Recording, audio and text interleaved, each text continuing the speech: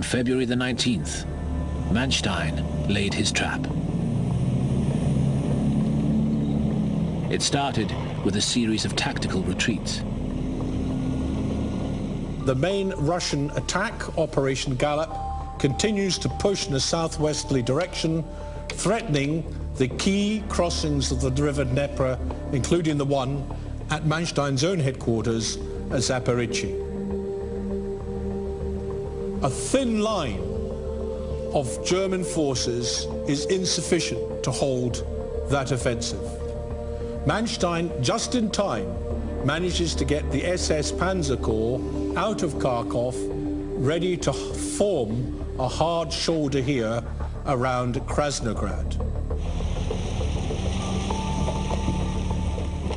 It was phase one of Manstein's trap. He'd concentrated some of his forces on Zhukov's northern flank. Their job would be to slow the Russian advance. Meanwhile, the last German forces are coming from the Caucasus, and he's able to assemble the main attacking force here to the south of the main Russian offensive. Their task would be to punch through and destroy Zhukov's main attack. The maneuver was an extraordinary feat of logistics. Moving an army, which is in the region of nearly 100,000 people, with X thousand tanks, X thousand soft-skin vehicles, vast amounts of supplies, in the middle of an absolutely ferocious Russian winter, is a feat of logistic genius. By the evening of February the 19th, the trap was set. The Germans were now concentrated on both flanks of the Russian spearhead.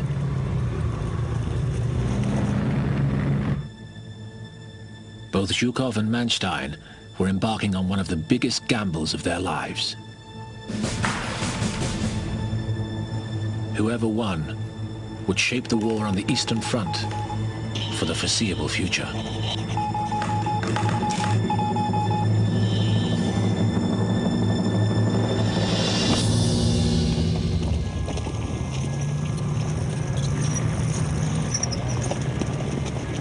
On February the 20th, 1943, Manstein sprung his trap.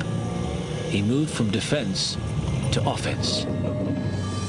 After weeks of defending, it was a welcome change. The first force moved down from Krasnograd to attack the Russians' northern flank.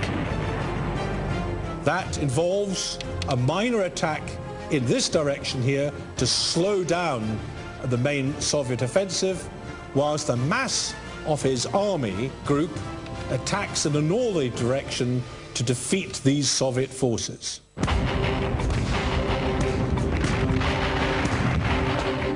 Manstein's aim was to make up for his lack of numbers by concentrating all his forces on Zhukov's weakest points.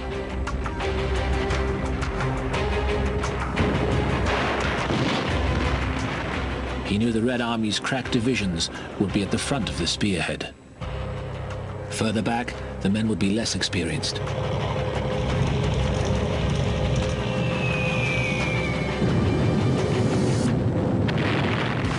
The fighting was fast and furious.